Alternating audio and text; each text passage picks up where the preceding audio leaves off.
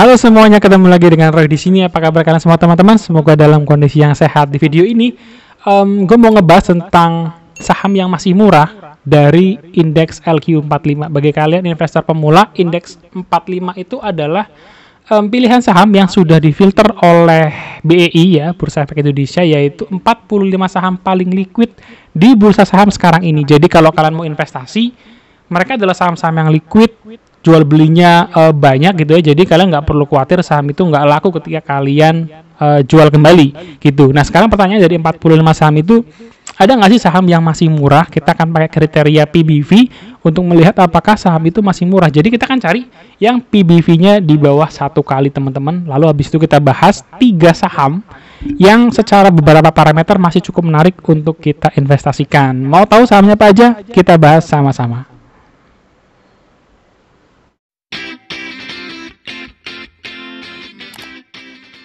Tes.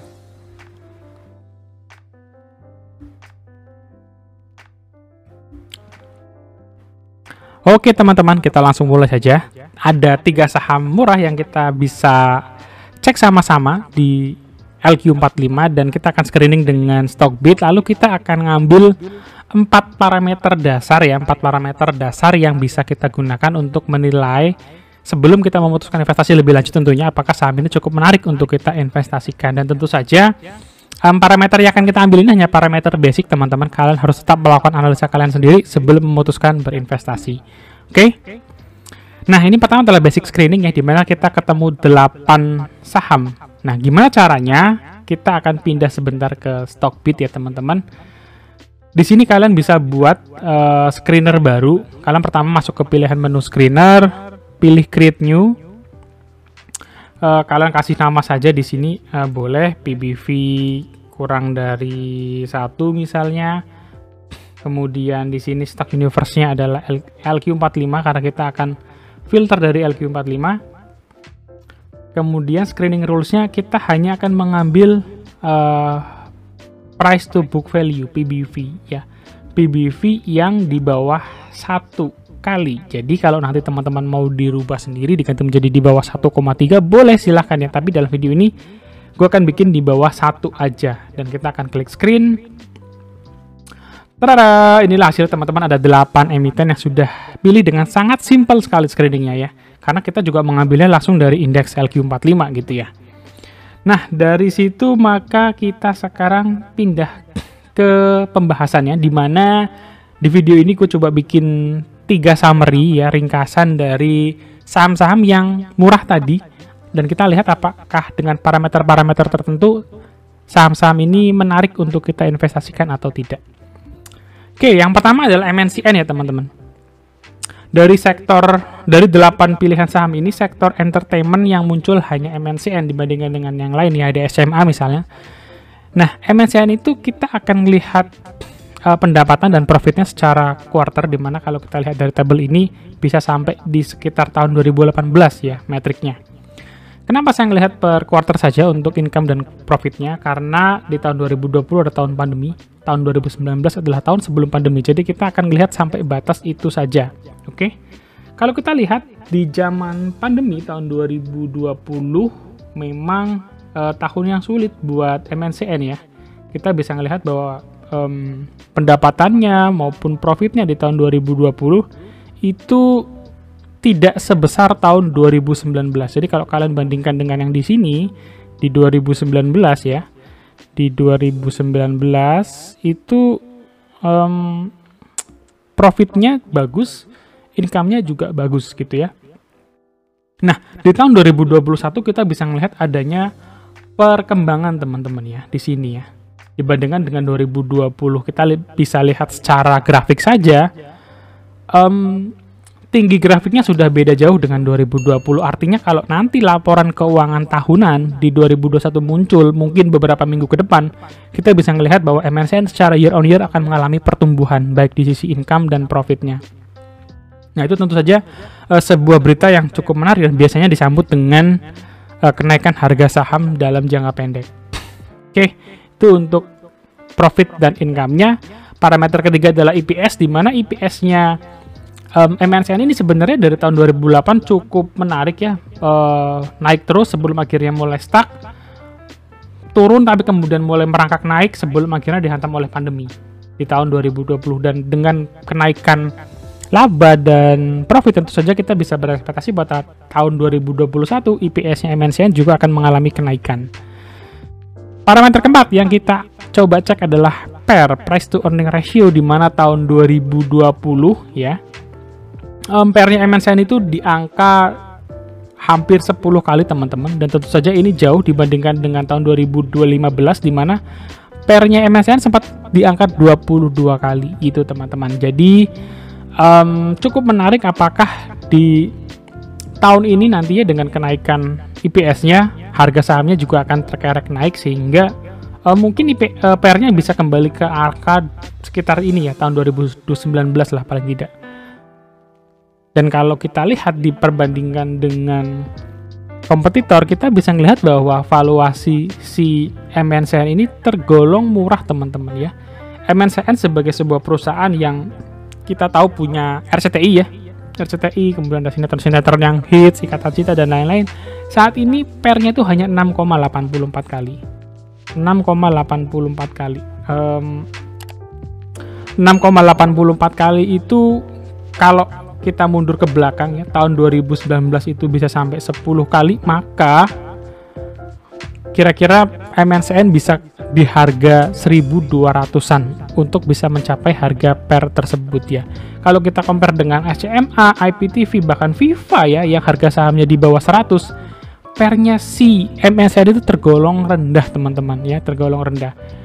PER-nya rendah ini kalau kita ngelihat dengan PBV-nya, PBV daripada si MNCN ini pun masih di angka 0,87 kali. Buat teman-teman yang suka invest di saham-saham PBV kurang dari 1, saya rasa cukup menarik ya, karena kalau ini PBV-nya dihargai 1,3 kali ya, itu tadi ya, bahwa MNCN bisa di harga 1.200 sampai 1.400. Cukup menarik, karena harga sekarang dari MNCN adalah 900-an ya, masih ada margin 50% untuk mencapai 1.300 hingga 1.400. Itu untuk MNCN ya. Dan kalau kita ngelihat lagi dibandingkan dengan SCMA yang sudah di angka 4,31 kali PBV-nya, tentu saja kesempatan MNCN untuk bisa sampai PBV 2 itu lebih terbuka lebar gitu ya. Saya percaya dengan manajemen yang bagus gitu ya oleh MNCN, MNCN punya kesempatan untuk bisa sampai di PBV 2 kali. Oke? Itu untuk MNCN gitu ya. Tapi terlepas daripada itu, kalau menurut saya sendiri, sektor entertainment ini salah satu halangannya adalah digitalisasi teman-teman, dimana konten itu begitu banyak, ada Netflix, ada Mola, sekarang itu banyak banget pilihan untuk kita nonton ya, ada Disney Hotstar dan lain-lain. Jadi PR-nya dari MNCN adalah mereka bisa merambah ke segmen digital. Sekarang ini mereka punya RCTI Plus, tapi kita harus tunggu lebih lanjut bagaimana cara mereka bisa memonetisasi RCTI Plus ini gitu. Itu untuk MNCN teman-teman. Ada 4 parameter yang sudah kita bahas dan sedikit perbandingan dengan kompetitor. Kalian tentu harus melakukan analisa lebih lanjut terkait dengan prospek dari MNCN ini sendiri. Oke? Emiten kedua yang kita bahas adalah INKP teman-teman. Jadi kalau kita mundur ke basic screening, sektor komoditas terutama kertas itu ada 2 sahamnya, yaitu Tekim dan INKP. Dua-duanya adalah grup Sinarmas. Jadi kita akan bahas satu saja, yaitu INKP yang kebetulan PBV-nya adalah 0,66 kali. INKP ini dia. Jadi industri seperti komoditas itu tentu sangat bergantung pada harga komoditasnya sendiri. Dalam hari ini adalah komoditas kertas ya. Komoditas kertas, dan di tahun 2020 komoditas kertas itu juga mengalami pukulan, di mana dari 4 kuarter, 2 kuarter diantaranya itu jeblok parah teman-teman ya. Di kuarter 2 2020 dan kuarter 4 2020 ya. Nah, di tahun 2021 kita bisa melihat ada kestabilan pendapatan dan profit oleh INKP ya. Kita bisa melihat bahwa secara quarterly bahkan selalu mengalami pertumbuhan. Selalu mengalami pertumbuhan teman-teman. Cuman di kuarter 4 nanti kita belum bisa melihat hasilnya seperti apa, tapi kalau kuarter 4 itu sama dengan kuarter 3 di tahun 2021, maka kita bisa melihat bahwa secara year on year ya, maka INKP juga akan mengalami pertumbuhan baik income maupun profitnya ya, karena kita bisa ngeliat di sini 2 kuarter di tahun 2020 itu INKP benar-benar jeblok. Oke, gua minum dulu ya guys. Nah, memang kalau kita lihat ya, di tahun 2021 sektor komoditas kertas itu cukup stabil harganya, dan belum ada lonjakan harga komoditas kertas seperti komoditas yang lain seperti batu bara ataupun minyak bumi, CPO yang sudah mulai melonjak. Tentu kalau ada kenaikan harga komoditas di sektor kertas, saham INKP ini akan sangat diuntungkan. INKP untuk EPS dan PER-nya. Jadi kalau kita lihat EPS tertingginya INKP ini secara tahunan pernah terjadi di 2018 teman-teman, yaitu sempat di harga 1.500 IPS-nya, tapi kemudian turun, meskipun kalau kita lihat memang di tahun 2019 dan 2020 IPS-nya tidak terlalu beda jauh, sedangkan PER-nya kalau kita lihat dari tahun 2016 cenderungnya PER-nya selalu mengalami kenaikan ya, meskipun IPS-nya dari 2018 ke 19 turun, tapi IPS-nya malah naik PER-nya malah naik ya. Jadi IPS-nya turun dari 2018 ke 19, tapi harga sahamnya di sini terjadi kenaikan gitu ya. Lanjut kita coba cek INKP dan kita compare di sektor industri dan kompetitornya. Di sini sayang sekali nggak di-compare dengan Tekim ya, yang sama-sama di komoditas kertas. Karena kalau Antam itu sudah pasti adalah nikel dan emas, TPI dan BRPT ini lebih ke industri dasar. Tapi it's okay, at least di sektor industri itu kita bisa melihat bahwa PBV-nya INKP adalah yang termurah dengan 0,66 kali dibandingkan dengan BRPT dan TPIA ya, yang sudah mencapai 3,5 dan 4,9 kali. Dan kalau kita lihat di PE rasionya ya, di PER-nya ya, kita bisa melihat bahwa PER-nya INKP ini masih wajar ya, masih di bawah 10 kali dibandingkan dengan BRPT dan TPIA yang sudah mencapai 52 dan 60 kali. Jadi secara valuasi singkat kita bisa melihat bahwa INKP ini masih tergolong murah dan tertinggal dari sektor yang lain. Nah, untuk bisa menyimpulkan bahwa murah ini bukan murah, tentu saja kalian harus lakukan analisa lagi di laporan keuangan secara mendalam. Bagaimana prospek industri kertas ini ke depannya, itu adalah salah satu yang paling penting ya, supaya kita bisa melihat IPS-nya INKP ini bertumbuh dari tahun ke tahun sehingga PER-nya naik dan PBV-nya naik. Market akan mulai melihat INKP menjadi saham yang menarik kembali. Itu adalah INKP teman-teman. Lanjut yang ketiga ya, kita ada Wika, ini dari sektor konstruksi ya. Sektor konstruksi itu dari LQ45 ada 2 yang muncul teman-teman, Wika dan PTPP ya. Di sini saya pilih Wika saja karena Wika adalah salah satu emiten BUMN yang yang menurut saya paling umum dikenal gitu ya. Mature-nya lebih kenal di publik karena kita sering lihat logonya Wika dan lain-lain. Dan kita akan cek Wika secara pendapatan per kuarter ya. 2020 itu tahun yang sangat-sangat struggle buat Wika sampai sekarang teman-teman, sampai tahun 2021, di mana di tahun 2021 pun Wika belum bisa menyamai income di tahun 2019. Artinya kontrak yang masuk di Wika untuk tahun 2021 itu tidak sebagus zaman sebelum pandemi. Kita harus melihat ini sebagai sebuah dampak besar buat Wika ya. Kenapa? Karena Wika ini perusahaannya banyak bergantung dari kontrak-kontrak pemerintahan teman-teman, ketika pembangunan jalan, pembangunan proyek-proyek besar, misalnya ada kereta Jakarta-Bandung atau nanti ini ibu kota, itu adalah kontrak-kontrak yang memberikan pendapatan besar buat Wika.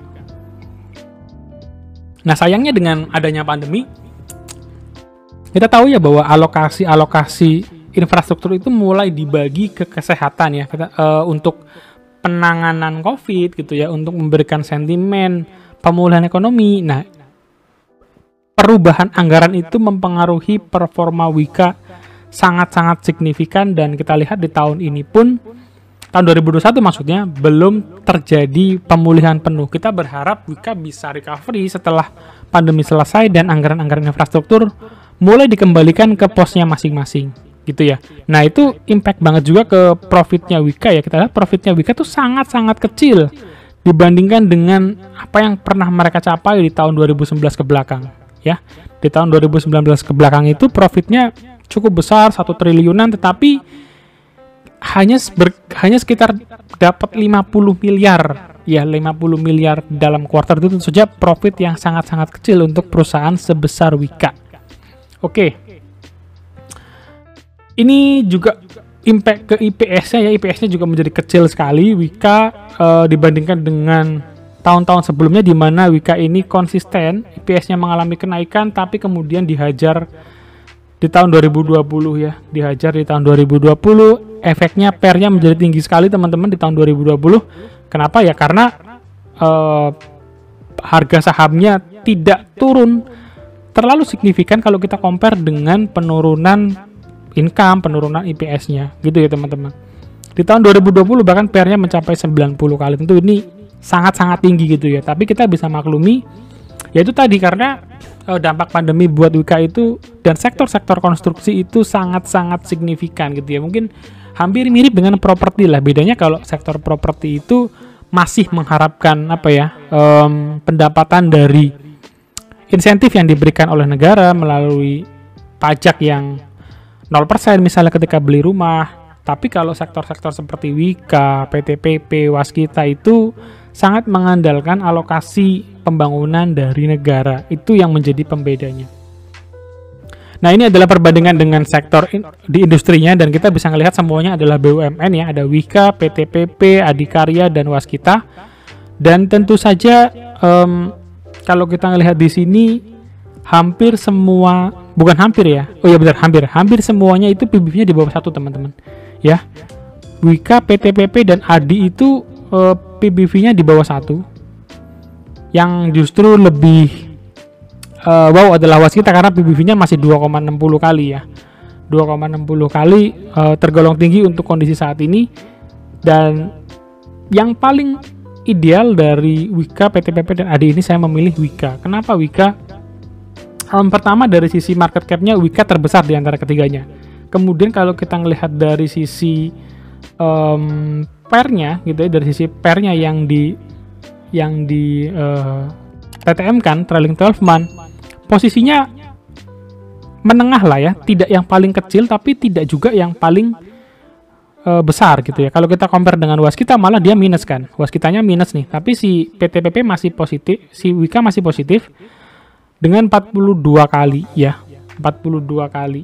Jadi kalau kita melihat harapan di sektor konstruksi BUMN ini saat ini story-nya bergantung dari pemindahan ibu kota di tahun 2024, dan semoga banyak kontrak-kontrak baru yang didapat oleh Wika dan grup konstruksi BUMN lainnya teman-teman. Itu dia teman-teman, kita sudah bahas ada 3 saham yang PBV-nya di bawah 1 dan mereka adalah anggota LQ45. Jadi dari beberapa parameter yang kita pakai ya, ada income, ada laba ya, profit, kemudian ada IBS, ada PER, ada 4 saham lalu kita bandingkan dengan kompetitor.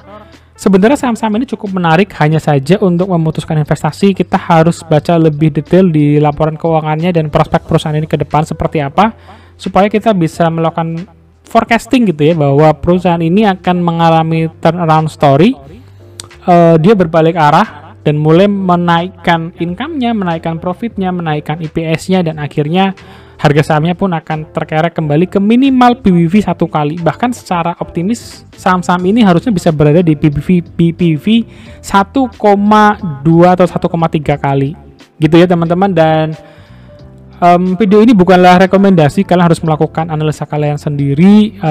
Semoga video ini juga bisa membantu referensi buat kalian. Semoga bermanfaat.